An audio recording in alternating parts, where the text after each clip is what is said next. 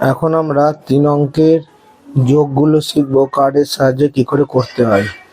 দেখো প্রথমে যে উদাহরণটা আছে যে 321 এর সঙ্গে 104 যোগ করতে হবে এবং আমরা যোগ করে দেখব যোগফল কত হয়। সবার আগে 321 সংখ্যাটাকে কার্ডের সাহায্যে লিখে নিলাম। 3টে শতকের কার্ড, 2টো দশকের কার্ড আর একটা এককের কার্ড। এর নিচে এবার আমরা 104 যে সংখ্যাটা সেটা কার্ডের সাহায্যে লিখব। দেখো 104 সংখ্যাটাকে কার্ডের সাহায্যে লিখলে একটা শতকের কার্ড লিখলাম এবং 4টে এককের কার্ড। এখানে কোনো দশকের কার্ড থাকবে না। এবার যোগ করা যাক। প্রথমে দেখো এককের অংশে প্রথমে একটা এককের কার্ড আছে, এই কার্ডটাকে লিখে নাও। তারপর দেখো নিচে আরো 4টে এককের কার্ড আছে, এই 4টে কার্ডকেও পরপর লেখো। এবার আমরা দশকের কার্ডগুলো যোগ করব। দেখো প্রথমেই আছে দশকের জন্য 2টো কার্ড, 2খানা কার্ড লিখলাম আর তলায় একখানাও দশকের কার্ড নেই, সেই জন্য দশকের কার্ড আর থাকবে না।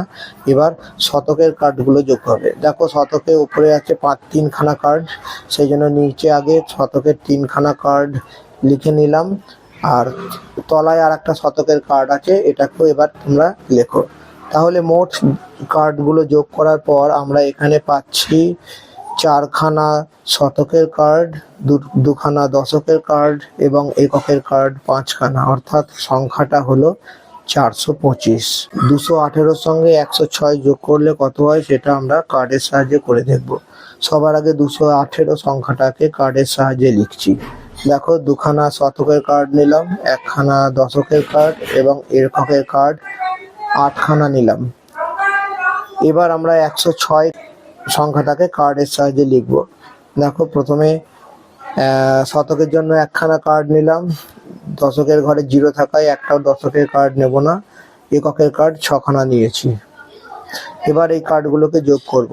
দেখো প্রথমেই এককের কার্ড আছে, এখানে দেখো 8খানা, সেই জন্য প্রথমে আমরা 8খানা এককের কার্ড লিখে নিলাম।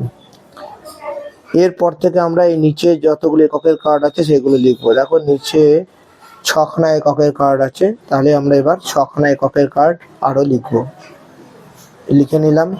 এবার দেখো দশকের কার্ডগুলো যোগ করব।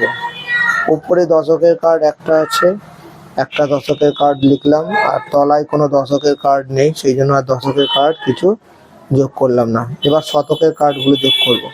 দেখো শতকের কার্ড 2টো আছে, 2খানা শতকের কার্ড লিখলাম ওই জন্য, আর নিচে আর একটা শতকের কার্ড আছে, সেই জন্য নিচে শতকের কার্ডটা পাশে আর একটা লিখলাম, তাহলে 3খানা শতকের কার্ড হলো। সমস্ত কার্ড যোগ করা হয়ে গেছে। এবার লক্ষ্য করে দেখো এককের যে কার্ডগুলো হলো সেখানে 10-এর বেশি সংখ্যক কার্ড আছে, সেই জন্য আমরা কি করব, আমরা এই যে 10খানা কার্ড দেখছো, এই 10খানা কার্ডকে পাল্টে এর বদলে একটা দশকের কার্ড নিয়ে আসবো, যার ফলে এবার আমাদের দশকের কার্ড হয়ে যাবে দেখো 2খানা আর এককের কার্ড থাকবে বাকি 4খানা, আর শতকের কার্ড তো 3টে ছিলই, সুতরাং সংখ্যাটা হলো 324। 462 সঙ্গে 148 যোগ করতে হবে। প্রথমে আমরা 462 সংখ্যাটাকে কার্ডের সাহায্যে প্রকাশ করছি। দেখো এখানে শতকের ঘরে 4 থাকার জন্য 4টে শতকের কার্ড নিলাম, আর দশকের ঘরে 6 থাকার জন্য 6টা দশকের কার্ড নিলাম এবং এককের ঘরে 2 থাকার জন্য 2টো এককের কার্ড নিলাম। এবার আমরা 148 এই সংখ্যাটাকে কার্ডের সাহায্যে প্রকাশ করব। দেখো এখানে শতকের ঘরে 1 আছে, সেই জন্য একটা শতকের কার্ড লিখলাম, দশকের ঘরে 4 আছে, সেই জন্য আমরা দশকের 4টে কার্ড লিখলাম, আর এককের ঘরে 8 আছে, সেই জন্য আমরা 8খানা এককের কার্ড আঁকলাম। এবার যোগ করব। সবার আগে এককের কার্ড কতগুলো আছে দেখো, এই যে এখানে 2খানা কার্ড আছে, সেই জন্য প্রথমে 2খানা কার্ড লিখলাম।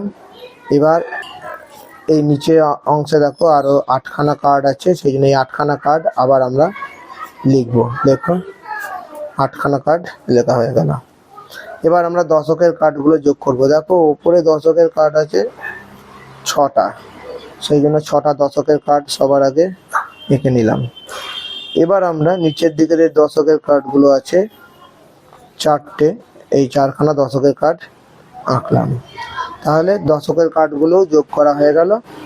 এবার শতকের কার্ডগুলো যোগ করব। দেখো উপরে আছে 4টে শতকের কার্ড, সেই জন্য আমরা প্রথমে 4খানা শতকের কার্ড আঁকলাম, আর তলায় আছে একটা শতকের কার্ড, মানে আরও একটা শতকের কার্ড হবে। অর্থাৎ সমস্ত যোগ করা হয়ে গেল।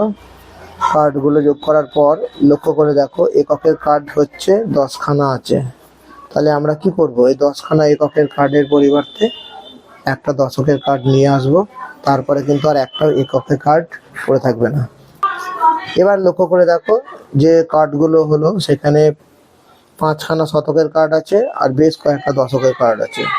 ভালো করে খেয়াল করে দেখো দশকের কার্ডও কিন্তু 10খানার বেশি আছে। তাহলে আমরা কি করব, 10খানা দশকের কার্ডকে পাল্টে তার বদলে 1খানা শতকের কার্ড নিয়ে আসবো। দেখো এই যে এই কার্ডগুলো দেখতে পাচ্ছ, 10খানা কার্ড আছে দশকের। এই 10খানা কার্ডকে আমরা এবার পাল্টে দিয়ে এর বদলে আর একটা শতকের কার্ড আনবো। ফলে শতকের কার্ড 5টা ছিল, তাহলে এবার হয়ে যাবে শতকের কার্ড 6টা, আর দশকের কার্ড পড়ে থাকবে একটা। তার মানে সংখ্যাটা হলো 610। দেখো 6টা শতকের কার্ড থাকার জন্য 6 শতকের ঘরে লিখলাম। দশকের কার্ড একটা আছে, সেই জন্য দশকের ঘরে 1, আর একটাও এককের কার্ড নেই, সেই জন্য এককের ঘরে হবে 0। অর্থাৎ যোগফল হবে 610।